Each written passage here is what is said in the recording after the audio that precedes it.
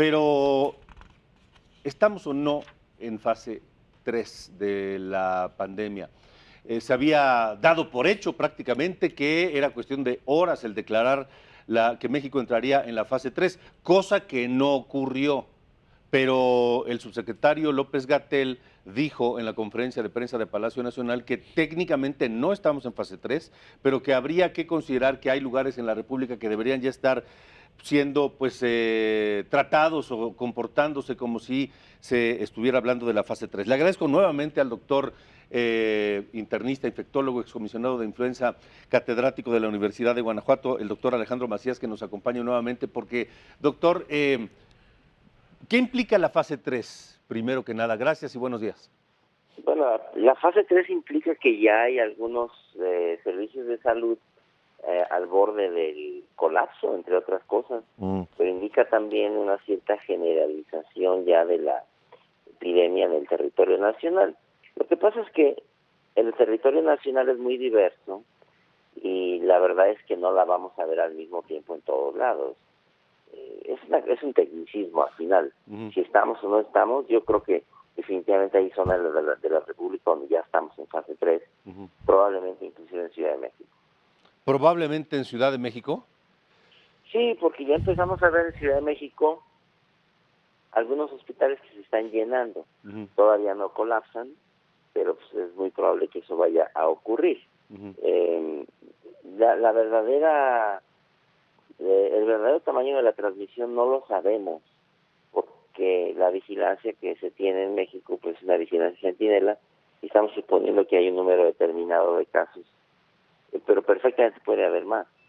Yo creo que más que decir que va a haber un número, vamos a ver eso, la generalización paulatina hacia distintas ciudades, primero, después al campo, pero más que eso, como decía, el colapso de algunos hospitales o sistemas de salud.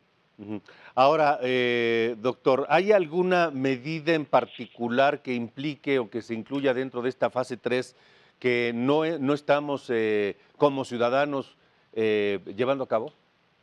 No, la verdad es que lo que puede pasar ya si una fase 3 se intensifica mucho es lo estricto de las medidas de distanciamiento social.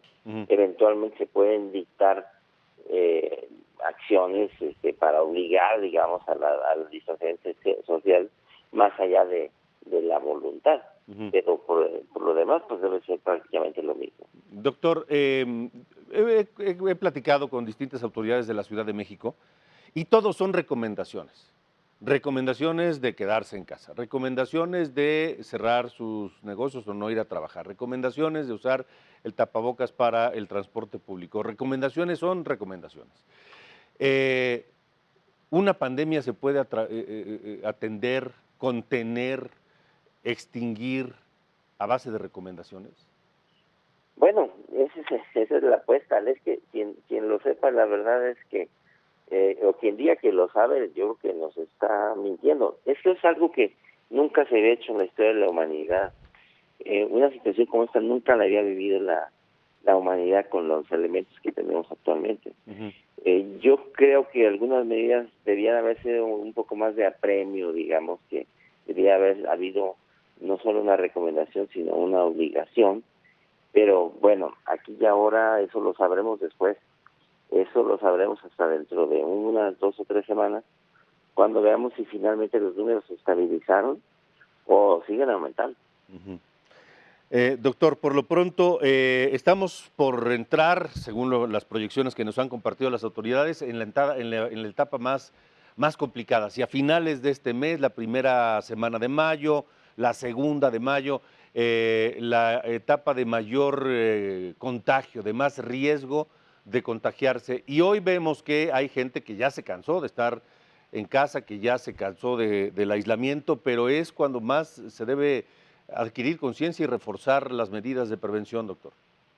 Sí, la gente de repente siente que ya es demasiado y que esta situación ya es intolerable y ya tenemos que salir.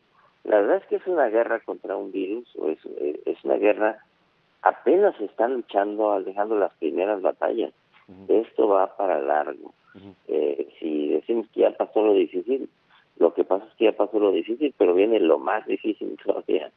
Esa es la situación que la gente tiene que entender, que esto llegó para quedarse algunos meses y que pues hay que metérselo en la cabeza que así va a ser. Así va a ser. Y es que tal vez en este momento hay quien piensa, pues sí, ya me aislé 2 semanas o 3 semanas, no sé, y no ha pasado nada, no me he enfermado, nadie de mi entorno se ha enfermado. Entonces como que se empieza a relajar estas medidas, ¿no? Sí, se va perdiendo un poco el temor o se va pensando en efecto que no pasa nada, Ujú, pero sí pasa, no hay más que ver lo que ha pasado en otros países y nos podemos dar cuenta que eso pasa y si lo queremos vivir en carne propia, pues eso lo tendremos que ver en las semanas siguientes porque de que va a ocurrir, va a ocurrir. No al mismo tiempo en toda la República, por ujú. cierto, ni con la misma intensidad. Lugares de mucha densidad poblacional lo pueden sufrir mucho más, como es la Ciudad de México, porque además la Ciudad de México, además de una alta densidad poblacional, tiene un sistema de transporte público donde la gente se atiborra mucho, Ujú. tiene además migración, tiene todos los elementos para que sea de un ataque de intensidad allí. De acuerdo. Muy bien, doctor Macías, pues le agradezco como siempre que nos acompañe, que nos dé todas sus opiniones y recomendaciones. Muchas gracias. Gracias, Alejandro, gusto estar con tu auditorio. Igualmente, buen día.